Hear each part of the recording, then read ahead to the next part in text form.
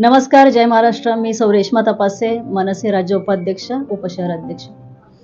दरवर्षीप्रमाणे यावर्षी सुद्धा आषाढी एकादशी आता जवळ आलेलीच आहे, जुलै महिन्यामध्ये.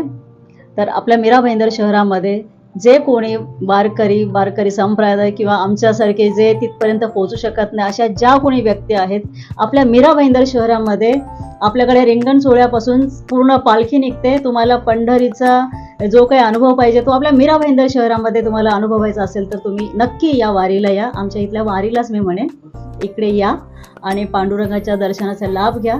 आम्हीही जाणार आहे, तुम्हीही या. श्री सेवा प्रासादिक भजनी मंडळ ह्या मंडळाकडनं सातत्याने प्रत्येक वर्षी हा वारीचा अनुभव आम्हाला इथल्या बसल्या इथे आम्हाला अनुभव दिला जातो.